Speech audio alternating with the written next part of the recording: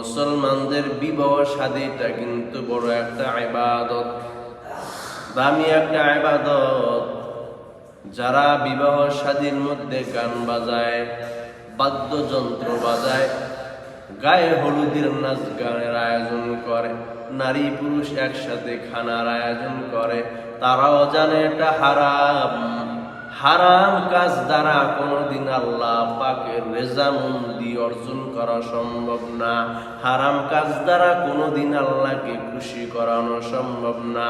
যারা হারাম পদ্ধতিতে হারাম ভাবে বিবাহ শাদীকে আঞ্জাম দিবা, ইবাদতটাকে হারাম দ্বারা যারা বানাইবা, ইবাদতটাকে যারা হারাম মিশ্রিত করে বিবাহ করবা, বিবাহ তোমার হাজারটা হইতে পারে, মদিনাওয়ালার নবীর সুন্নাত বিহীন যে বিবাহ শাদী হবে, ওই বিয়ে সব হইতে পারে, সুখ শান্তি হইতে পারে না।